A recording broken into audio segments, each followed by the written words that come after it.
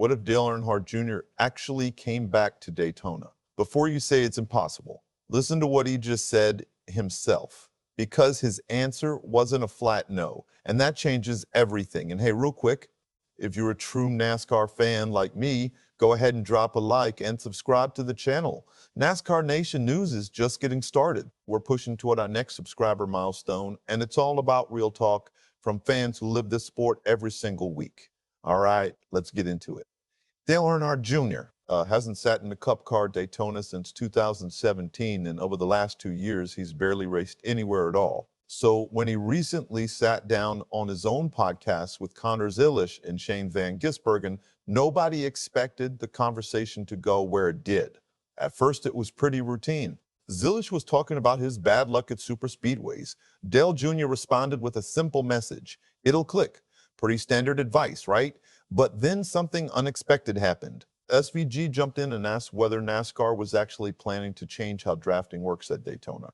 And that's when things got interesting. Dale Jr. confirmed it. He said they're going testing to see if they can change it. Naturally, that caught everyone's attention. Then Zilisch asked Dale Jr. whether he was excited about the possibility. Dale Jr. said he was, and that's when the conversation took a turn nobody saw coming. Zilisch looked at him and asked directly, "You driving?" SVG jumped in first, half joking, saying Dale Jr. wasn't racing. But here's the thing. Dale Jr.'s answer wasn't a no. He said, and I'm quoting directly here, "No, but if they change the racing, they might entertain the idea of me going back and running Daytona. But I ain't doing it the way y'all are doing it now. I'm not going out there to ride around 10th in line and not be able to pull out and do anything." Now let that sink in for a second. The 51-year-old driver with 36 Cup starts at Daytona and 2 Daytona 500 victories is saying he'd consider it, but only on his terms. And when he explained why, it revealed exactly what kind of racing he's talking about. Dale Jr. went back to a memory from the 2001 Daytona race.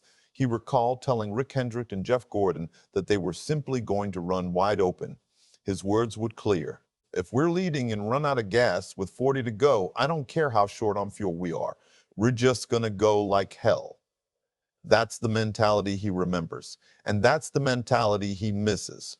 To make his point, he even referenced Simon Pagano's Indianapolis 500 victory, a driver who ignored his team's fuel strategy in the middle of the race. He trusted his instincts. The cautions fell his way, and he won. That's the kind of racing Dale Jr. is talking about, and according to him, that's the only kind of racing he'd be interested in returning for.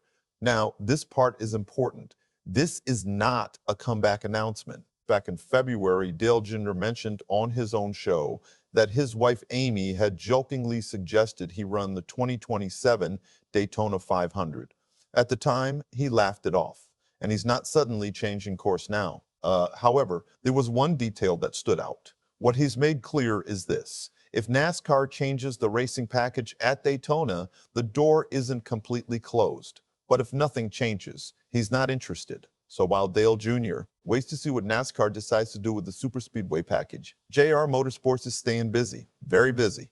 The organization just secured a major multi-year partnership with Arby's. The sponsorship covers 8 races involving Carson Kvapil, Sammy Smith, and Justin Allgaier. And Arby's will also appear as a full-season branding partner on Allgaier's car. But that's not all. The agreement also includes Dale Jr.'s media company, Dirty Mo Media. That means sponsor exposure stretches beyond the racetrack and into his podcast network as well. And that's where the bigger business picture starts to emerge. On the competition side, JR Motorsports made another major move. The team brought in Rodney Childers, a 40-time Cup-winning crew chief. He's now leading the flagship #1 car shared by Carson Kvapil and Connor Zilisch. And when you put all of this together, a larger story begins to take shape.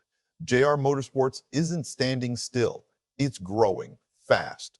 The organization continues positioning itself as one of the fastest rising programs in NASCAR's garage. And CEO Kelly Earnhardt Miller has a long-term vision, eventually pushing the entire operation into the Cup Series. So now the question becomes, what happens next? And more importantly, what do you think? If NASCAR does change the superspeedway racing package at Daytona, do you believe Dale Earnhardt Jr. actually makes a return? Let me know down in the comments. I'd love to hear your thoughts. And if you enjoyed this breakdown, don't forget to hit that like button and subscribe to NASCAR Nation News. We're here for the real NASCAR conversations every single week. Thanks for watching, and we'll see you in the next one.